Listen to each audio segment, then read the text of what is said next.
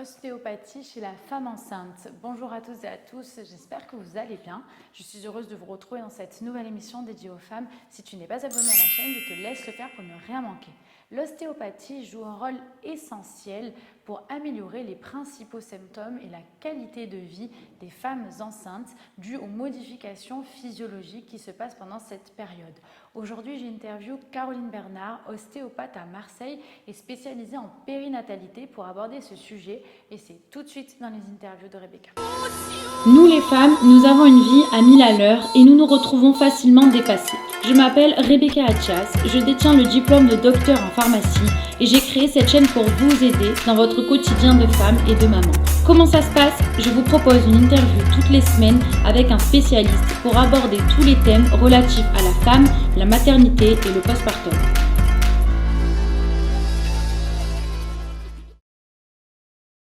Bonjour Caroline. Bonjour. Merci beaucoup d'avoir accepté de participer à cette émission. Je vais te laisser te présenter et ensuite on pourra commencer l'interview. Ok, merci beaucoup de me recevoir. Alors, je m'appelle Caroline Bernard, je suis ostéopathe depuis 9 ans et je me suis installée après mon diplôme à la clinique Beauregard à Marseille, dans le 12e arrondissement. C'est une clinique dans laquelle il y a une maternité, ce qui me permet de concentrer mon travail sur les femmes enceintes, les jeunes mamans et les nourrissons et les bébés. Voilà. Donc tu es vraiment spécialisée en périnatalité. Oui, tout à fait. Merci. Du coup, aujourd'hui, on va parler de l'ostéopathie chez la femme enceinte. Alors, on va commencer par la définition de l'ostéopathie. Comment ça fonctionne? Et donc, quel est le rôle d'un ostéopathe? Oui. Alors, c'est assez vaste, l'ostéopathie. Donc, ça a été inventé au 19e siècle aux États-Unis. Donc, c'est une méthode de soins naturels dont l'unique outil de diagnostic et de traitement, c'est les bains. Donc, c'est une méthode manuelle. Donc, l'idée, ça va être de venir chercher, diagnostiquer et traiter ce qu'on appelle des restrictions de mobilité, qui peuvent affecter l'ensemble des structures de l'organisme. Donc en fait, elle permet à l'organisme de retrouver son équilibre et son fonctionnement optimal, c'est-à-dire son adaptation. Et elle repose en fait sur un principe qui est l'unité, la globalité du corps humain, et ce à tout âge de la vie, donc en utilisant différents types de techniques.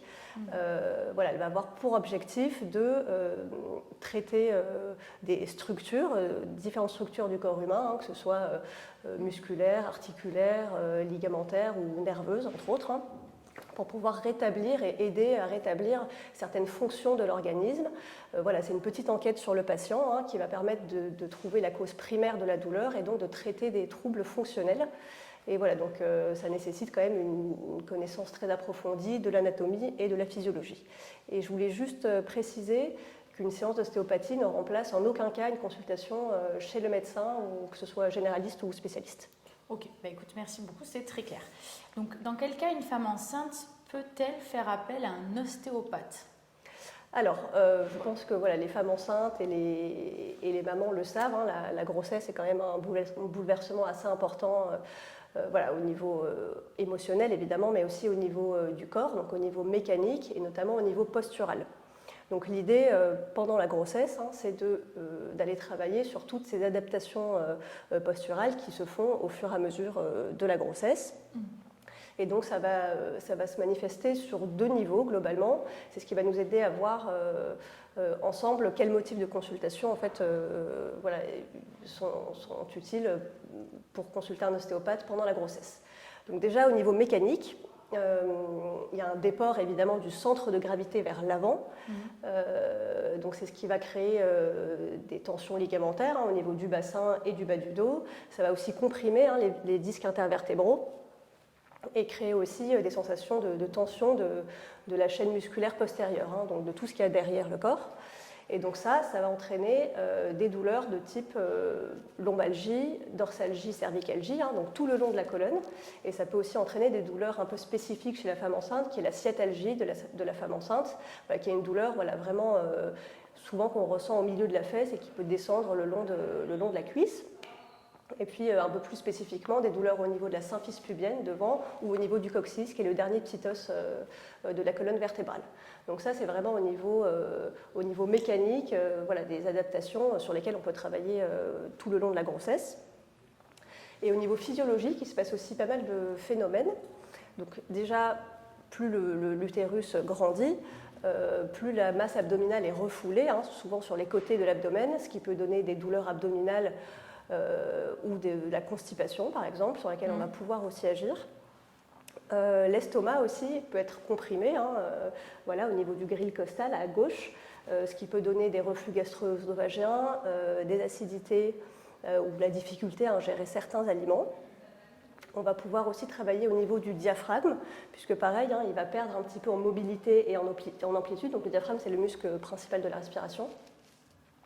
Ce qui va entraîner des sensations d'oppression, voilà, des difficultés à respirer correctement ou un essoufflement. Donc, sur lequel on va pouvoir travailler, redonner une mobilité, une amplitude optimale au niveau du diaphragme. Et ça aussi, ça va permettre d'aider, de laisser de la place, si vous voulez, voilà, dans le petit appartement aquatique de votre bébé, de manière à ce qu'il ait plus de place pour grandir et évoluer. Okay. Voilà, donc ça, c'est les principaux motifs de consultation que je retrouve, moi, en consultation. On peut aussi voilà, travailler justement quand le bébé est en siège, de manière un peu prolongée, et voilà, dans ce sens-là, de lui faire le plus de place possible pour que, s'il est en vie, en tout cas, il puisse se retourner en position céphalique, donc la tête en bas. Ok. Et vous aidez aussi à la préparation à l'accouchement ? Oui, tout à fait. Donc en dernier trimestre, voire voilà, à peu près 1 mois avant le terme, c'est quand même intéressant, en complément évidemment de la préparation à l'accouchement avec votre sage-femme, de faire une séance voilà, qui vise, c'est vraiment le principe de l'ostéopathie aussi, c'est de travailler en mobilité sur toutes les articulations voilà, et toutes les structures qui vont être mises en jeu au moment de l'accouchement. Donc c'est intéressant pour accoucher, mais c'est aussi intéressant pour se remettre aussi plus vite de l'accouchement. Voilà, donc de travailler sur l'équilibre du bassin et sur l'amplitude optimale de toutes ces articulations. Et voilà, ça apporte du confort, ça soulage les douleurs évidemment, et puis il y a aussi un côté de bien-être et de détente qui peut être intéressant aussi avant d'accoucher. Voilà, il y a beaucoup de conseils aussi dans les séances d'ostéopathie qu'on oublie un peu, mais voilà, ça dure entre 45 minutes et 1 heure, donc ça laisse vraiment le temps voilà, de parler avec la patiente et voilà, d'aborder son accouchement.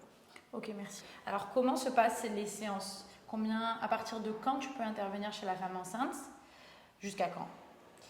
Combien il faut de séances en général ? Bon, bien évidemment, ça doit dépendre des motifs de consultation.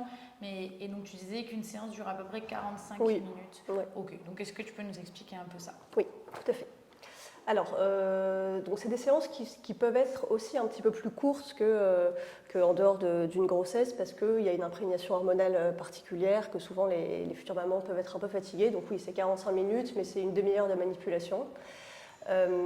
Alors, on peut consulter préventivement déjà, avant de vouloir un enfant. Ça peut être intéressant de travailler sur le bassin et sur le petit bassin. D'accord.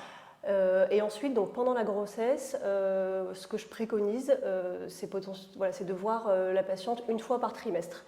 Après, effectivement, ça dépend. La première fois qu'on voit la patiente, on l'interroge aussi sur ses antécédents chirurgicaux, médicaux ou traumatiques, en fonction, effectivement, s'il y a eu des gros traumatismes sur le bassin, sur le coccyx ou sur le dos. Ça peut être intéressant d'avoir un suivi un petit peu plus régulier. Mais globalement, on évite de faire trop de séances, en tout cas pendant la grossesse. Mais voilà, le premier trimestre, c'est une séance qui peut être soit curative, donc on peut traiter des douleurs qui sont déjà apparues, ou elle peut être préventive, c'est-à-dire qu'on aide le corps petit à petit à s'adapter aux différentes douleurs qui peuvent apparaître au 2e et 3e trimestre. Okay. Voilà, et au 2e trimestre, voilà, c'est souvent là qu'apparaissent les douleurs qui sont les plus importantes, avec le ventre qui pousse généralement, en tout cas pour une première grossesse, assez brutalement, et avec des changements posturaux associés un peu plus importants. Okay. Et 3e trimestre, qui est plutôt la séance complémentaire à la préparation à l'accouchement. Voilà. Ok, donc globalement, une séance par trimestre de 45 minutes. Oui, exactement. Ok. Et est-ce que les soins ostéo sont remboursés ? Ou comment ça se passe, la prise en charge ? Est-ce qu'il y a une prise en charge ou pas ? Alors, il n'y a pas une prise en charge par la sécurité sociale, donc c'est des séances qui sont hors nomenclature. Mais moi, j'ai pu observer là, depuis 9 ans une évolution des prises en charge par les mutuelles. Donc, c'est important de se renseigner auprès de ces mutuelles. Il y a souvent soit des forfaits, soit entre 1, 2 ou 5 séances remboursées par an, ce qui est suffisant en général. Ouais. Okay. Voilà. Bah écoute, merci beaucoup. Merci à toi. Et à très vite pour aborder un nouveau sujet. Oui, avec plaisir. Merci. C'était Caroline Bernard pour parler de l'ostéopathie pendant la grossesse. Je te le rappelle, si tu n'es pas abonné à la chaîne, je te laisse le faire pour ne rien manquer. Et nous nous retrouvons la semaine prochaine avec un nouvel invité pour aborder un nouveau sujet. Merci.